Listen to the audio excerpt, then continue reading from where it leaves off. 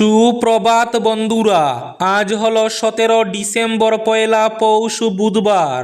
আজকের সকালের বিশেষ বিশেষ খবরগুলি হলো 2026-এর বিধানসভা নির্বাচনের দামামা, শ্রীভূমি তথা করিমগঞ্জেও ইভিএম যাচাই প্রক্রিয়া 29 ডিসেম্বর থেকে 6 জানুয়ারি।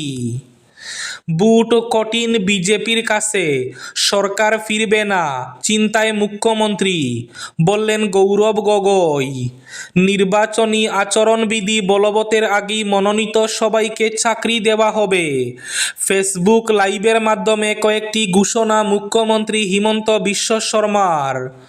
উত্তর পূর্বকে ভারত থেকে বিচ্ছিন্ন করার চক্রান্ত বাংলাদেশে, ভারতের দিকে তাকালে আমরা চুপ থাকব না, বাংলাদেশকে হুঁশিয়ারি মুখ্যমন্ত্রী হিমন্ত বিশ্ব শর্মার। কাটলীছড়াই সীমান্তবর্তী লক্ষ্মীগেনারগণ জঙ্গল থেকে নিখোঁজ ব্যক্তির রক্তাক্ত দেহ উদ্ধারে তীব্র চাঞ্চল্য। হাইলাকান্দির নারায়ণপুর বাজার কাটাখাল বাইপাস সড়ক বন্ধ ঘোষণা। বরাক উপত্যকাকে শিল্পহীন রেখে দেওয়ার অভিযোগ তুলে সংসদে সরব সুস্মিতা দেব।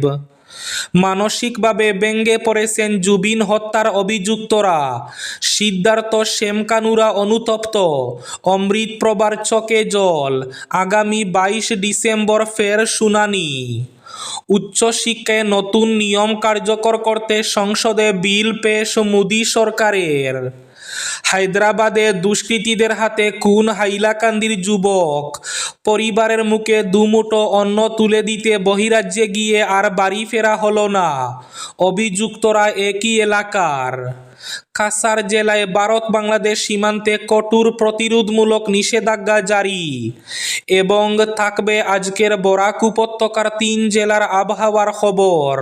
তাহলে বিস্তারিত খবরে যাওয়ার আগে অবশ্যই ভিডিওটিতে একটি লাইক করে চ্যানেলটি সাবস্ক্রাইব করে পাশের বেল আইকনটি বাজিয়ে রাখবেন এবং ফেসবুক পেজটি ফলো করে ভিডিওটি অবশ্যই শেয়ার করবেন যাতে সঠিক তথ্যগুলো সবার কাছে পৌঁছাতে পারে। এবার শুনুন আজকের খবরগুলির বিস্তারিত। প্রথম খবর, নির্বাচনী আচরণবিধি বলবতের আগেই মনোনীত সবাইকে চাকরি দেওয়া হবে, ঘোষণা মুখ্যমন্ত্রী হিমন্ত বিশ্ব শর্মার।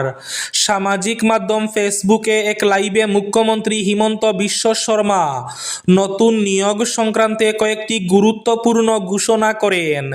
মঙ্গলবার সামাজিক মাধ্যমের মাধ্যমে মুখ্যমন্ত্রী একাধিক বড় ঘোষণা করেন। ফেসবুক লাইভে এসে তিনি নতুন নিয়োগ প্রসঙ্গে বিস্তারিত কথা বলেন। মুখ্যমন্ত্রী হিমন্ত বিশ্ব শর্মা জানান, আগামী 22 ডিসেম্বর স্বাস্থ্য বিভাগের চাকরির নিয়োগপত্র প্রদান করা হবে। আগামী 23 ডিসেম্বর 4 জনগোষ্ঠীর প্রার্থীরা নিয়োগপত্র লাভ করবেন। আগামী 10 জানুয়ারির মধ্যে এডিআরই 4র্থ শ্রেণীর নিয়োগপত্র প্রদান করা হবে। পাশাপাশি আগামী 15 জানুয়ারির আশেপাশে এডিআরই অর্থাৎ অসম প্রত্যক্ষ নিয়োগ পরীক্ষায় উত্তীর্ণ প্রার্থীদের 3য় শ্রেণীর নিয়োগপত্র বিতরণ করা হবে। এদিকে এবার উত্তর পূর্ব ভারত থেকে বিচ্ছিন্ন করার চক্রান্ত বাংলাদেশে, ভারতের দিকে তাকালে আমরা চুপ থাকব না, বাংলাদেশকে হুঁশিয়ারি মুখ্যমন্ত্রী হিমন্ত বিশ্ব শর্মার। উত্তর পূর্বাঞ্চলকে ভারত থেকে বিচ্ছিন্ন করে বাংলাদেশে সামিল করানোর কথা বারবার বলে আসছে বাংলাদেশ। তবে বাংলাদেশের যে এটা চিন্তা করাই ঠিক নয় সেটা মনে করিয়ে দিয়ে মুখ্যমন্ত্রীর হুঁশিয়ারি। বাংলাদেশকে শেখানো উচিত যে ভারতের দিকে চোখ তুলে তাকালে ভারতও চুপ করে বসে থাকবে না। বুট কঠিন বিজেপির কাছে, সরকার ফিরবে না, চিন্তায় মুখ্যমন্ত্রী হিমন্ত বিশ্ব শর্মা, বললেন গৌরব গগৈ। সোনিয়া রাহুলকে ভয় করেন মোদী। গৌরব গগৈর এই দাবির প্রত্যুত্তরে তাকে পাগল বলেই দিলেন মুখ্যমন্ত্রী। তার মন্তব্য, মোদী একের পর এক বুটে জয়ী হচ্ছেন বলে ভয় পাবেন। কাকে ভয় পাবেন? যিনি হেরেই চলেছেন তাকে। পাগল না হলে এই ধরনের কথা কেউ বলে কি? ব্রেনে তো নোট থাকতে হবে। বিহারে একটি আসনও পায়নি কংগ্রেস, তাই মোদি বয় করবেন রাহুলকে। পাগল না হলে এটা কেউ বলে না। সংসদের শীতকালীন অধিবেশনের ফাঁকে বেশ কয়েকদিন পর রাজ্যে ফিরেছেন প্রদেশ কংগ্রেসের সভাপতি গৌরব গগৈ। মঙ্গলবার দলের কার্যালয়ে হাজির হয়ে তিনি মুখ্যমন্ত্রীর সমালোচনা করেন। সংবাদ মাধ্যমে গৌরব গগৈ বলেন, মুখ্যমন্ত্রী জানেন তার সরকার ফিরে আসবে না, ফের মুখ্যমন্ত্রী হতে পারবেন না তিনি। নিজেকে রক্ষণাবেক্ষণ দিতে পুলিশও তখন তার পাশে থাকবে না। জনগণ তাকে প্রশ্ন করবেন, তাকে আদালতেও যেতে হতে পারে। তাই মুখ্যমন্ত্রীর মনে চিন্তা রয়েছে।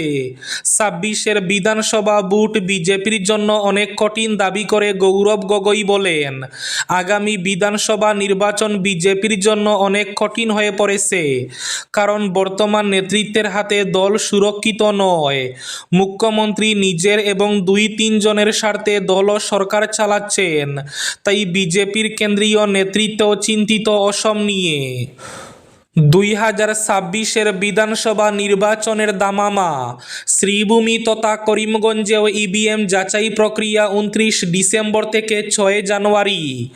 শ্রীভূমির জেলা আয়ুক্ত এবং জেলা নির্বাচন আধিকারিক এক প্রেস বার্তাযোগে জানিয়েছেন, আসন্ন বিধানসভা নির্বাচন ২০২৬-এর প্রস্তুতি হিসাবে ইলেকট্রনিক ভোটিং মেশিন অর্থাৎ ইভিএম এবং voter verified paper audit trail অর্থাৎ ভিভিপ্যাট ইউনিটগুলির প্রথম স্তরের যাচাইকরণ প্রক্রিয়া বা ফার্স্ট লেভেল চেকিং আগামী ২৯ ডিসেম্বর থেকে ৬ জানুয়ারি পর্যন্ত শ্রীভূমি শহরের জেলা গ্রন্থাগার ভবনে অবস্থিত ইভিএম এবং ভিভিপ্যাট ওয়ারহাউসে অনুষ্ঠিত হবে।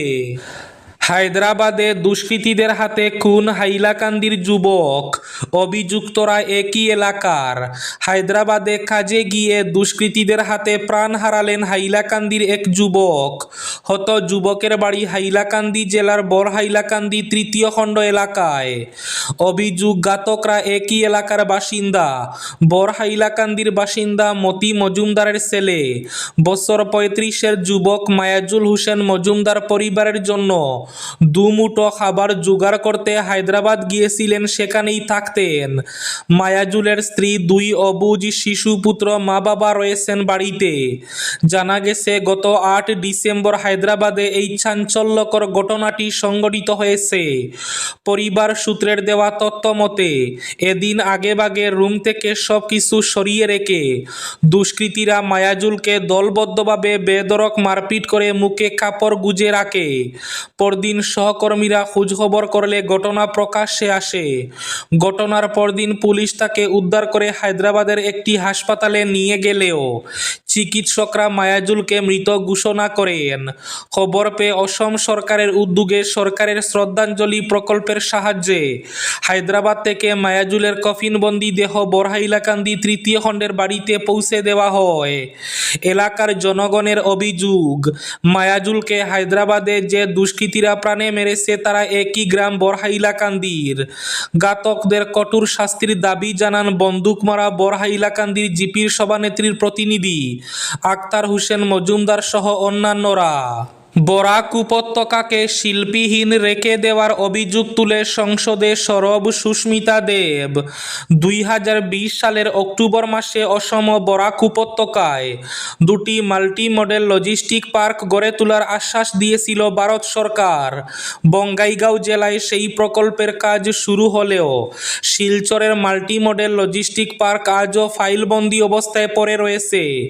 ২০২১ সালে শিলচরের জন্য মাল্টি মডেল লজিস্টিক পার্কের ডিপিআর তৈরি করা হয়। এরপর আর কোনো দৃশ্যমান পদক্ষেপ গ্রহণ করেনি কেন্দ্র। জনসংখ্যার নিরিখে বরাক উপত্যকার ৩ জেলায় প্রায় ৪৫ লক্ষ মানুষের বসবাস, অথচ সেখানে গড়ে ওঠেনি কোনো বড় শিল্প প্রতিষ্ঠান। কথাগুলো তুলে ধরে সংসদে সরব হন সুস্মিতা দেব। তিনি বলেন, মোদী সরকার ক্ষমতায় আসার পর বরাকের একমাত্র বৃহৎ শিল্প প্রতিষ্ঠান ৫ গ্রাম পেপার মিলও বন্ধ করে দেওয়া হয়েছে। এর ফলে ৩ জেলায় বেড়েছে বেকারত্ব, কর্মসংস্থান থেকে বঞ্চিত হচ্ছেন অসংখ্য শিক্ষিত যুবক যুবতী। সংসদে এই বিষয়টি তুলে ধরে সাংসদ সুস্মিতা দেব বলেন, প্রধানমন্ত্রী নরেন্দ্র মোদী বরাক উপত্যকায় বড় বড় প্রতিষ্ঠান গড়ে তোলার আশ্বাস দিলেও আজ পর্যন্ত একটি প্রকল্প বাস্তবায়িত হয়নি। বরাকের উন্নয়ন ও কর্মসংস্থানের প্রশ্নে কেন্দ্রীয় সরকারের ভূমিকা নিয়ে উঠছে একাধিক প্রশ্ন। অন্যান্য বিভিন্ন ইস্যু সদনে তুলে ধরে শাসক দলের বিরুদ্ধে সমালোচনার ঝড় তুলেছেন সাংসদ সুস্মিতা দেব। সিদ্ধার্থ শ্যামকানুরা অনুতপ্ত, অমৃত প্রভার চোখে জল, মানসিকভাবে ভেঙে পড়েছেন জুবিন হত্যার অভিযুক্তরা। 22 ডিসেম্বর ফের শুনানি, অনুতপ্ত হয়েছেন জুবিন হত্যার অভিযুক্তরা।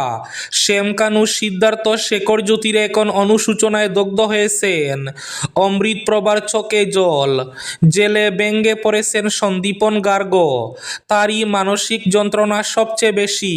তবে জেলে শারীরিকভাবে সুস্থ রয়েছেন প্রত্যেকে, বিচারককে সে কথা জানিয়েছেন অভিযুক্তরা।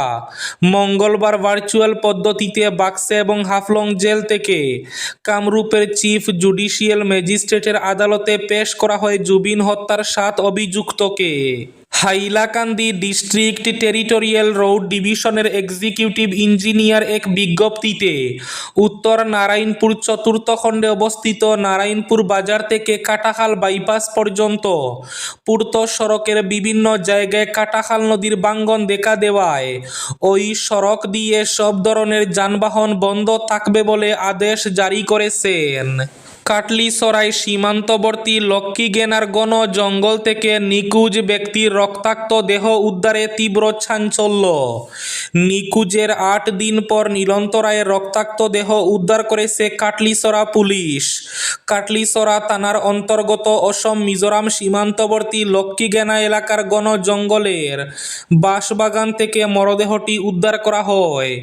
নীলন্তরায় হত্যাকাণ্ডের মূল অভিযুক্ত আনুমানিক 50 বছর বয়সী নিপেশ নমশূদ্রকে সঙ্গে নিয়ে মঙ্গলবার বিকেল প্রায় 3টা নাগাদ হাইলাকান্দির ম্যাজিস্ট্রেট, বিশাল পুলিশ বাহিনী ও বরুণসরা গ্রামের শতাধিক মানুষ ঘটনাস্থলে পৌঁছান। মৃতের মাথায় 2টি ও পায়ে একটি দাঁড়কূপের চিহ্ন ছিল। অভিযুক্ত নিপেশের ব্যবহৃত দা কাটলিছড়া পুলিশ উদ্ধার করেছে। আজকের বরাক উপত্যকার 3 জেলার আবহাওয়ার খবর। আজ বরাক উপত্যকার 3 জেলার আকাশ ফর্সা থাকার পূর্বাভাস। শিলচর কাছাড়ে আজ সর্বোচ্চ তাপমাত্রা থাকবে 27 ডিগ্রি সেলসিয়াস এবং সর্বনিম্ন তাপমাত্রা থাকবে 15 ডিগ্রি সেলসিয়াস। শ্রীভূমি তথা করিমগঞ্জ জেলায় আজ সর্বোচ্চ তাপমাত্রা থাকবে 27 ডিগ্রি সেলসিয়াস এবং সর্বনিম্ন তাপমাত্রা থাকবে 14 ডিগ্রি সেলসিয়াস। হাইলাকান্দি জেলায় আজ সর্বোচ্চ তাপমাত্রা থাকবে 27 ডিগ্রি সেলসিয়াস এবং সর্বনিম্ন তাপমাত্রা থাকবে 13 ডিগ্রি সেলসিয়াস। এবার শেষ খবরটি। কাছাড় জেলায় ভারত বাংলাদেশ সীমান্তে কঠোরভাবে প্রতিরোধমূলক নিষেধাজ্ঞা জারি। জননিরাপত্তা নিশ্চিত করা এবং ভারত বাংলাদেশ সীমান্তবর্তী এলাকায় আইন শৃঙ্খলা কঠোরভাবে বজায় রাখার লক্ষ্যে কাছাড় জেলা প্রশাসন একযোগে একাধিক গুরুত্বপূর্ণ প্রতিরোধমূলক নিষেধাজ্ঞা আরোপ করেছে। সন্ত্রাসবাদী সংগঠনগুলির সম্ভাব্য চলাচল এবং সীমান্ত পারের অননুমোদিত কার্যকলাপ নিয়ে গভীর আশঙ্কার প্রেক্ষিতে এই ব্যবস্থা গ্রহণ করা হয়েছে। এই পদক্ষেপের মূল উদ্দেশ্য হল জেলাকে শান্তি এবং স্থিতিশীলতা বিঘ্নিত করতে পারে এমন যে কোনো হুমকি থেকে সুরক্ষিত রাখা। এই ছিল আজকের সকালের বিশেষ খবরগুলি। ভিডিওটি অবশ্যই লাইক করে শেয়ার করে দেবেন।